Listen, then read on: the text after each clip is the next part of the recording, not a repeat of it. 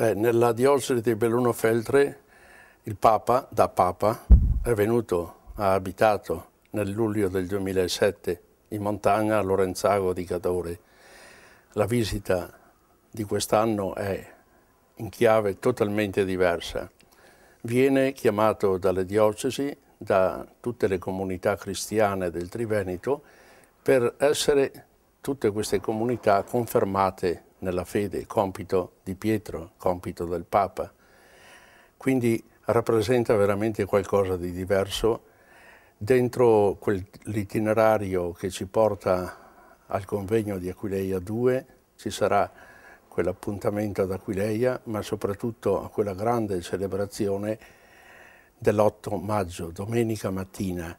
Anche il fatto che in tutte le diocesi, per volontà di vescovi guidati dal Patriarca di Venezia, si sia voluto rivedere l'orario delle varie celebrazioni delle messe, anche questo ha un significato a mio modo di vedere, perché essere confermati nella fede dovrebbe significare sempre di più essere confermati in un'appartenenza che ha il suo momento fondamentale e di fonte, di sorgente continua nell'Eucaristia domenicale. Poterla vivere insieme con il Papa, con tutti i vescovi, sarà un immedesimarsi nella fede che è comunione tra persone, che è presenza nella storia del Triveneto di comunità cristiane che devono camminare sensibili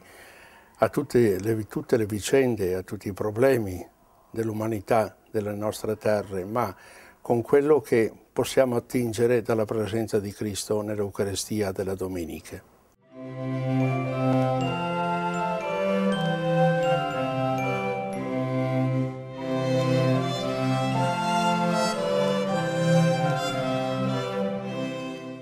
Ma io mi aspetto personalmente, senza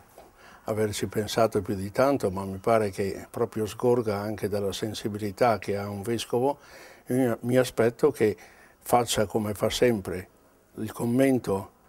alla parola di Dio. Nella terza domenica di Pasqua, come sarà quella domenica 8 maggio, abbiamo la lettura di Luca che racconta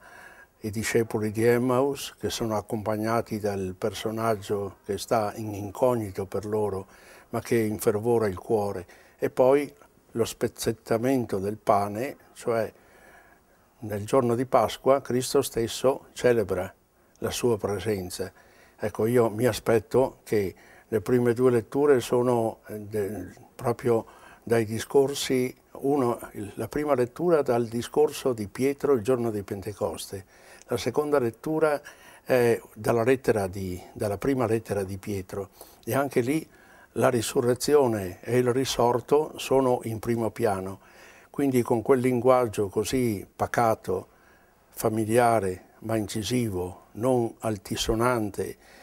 che vuol presentare in semplicità un evento che è al di sopra anche di lui, ma lui lo garantisce con la sua parola e il suo insegnamento di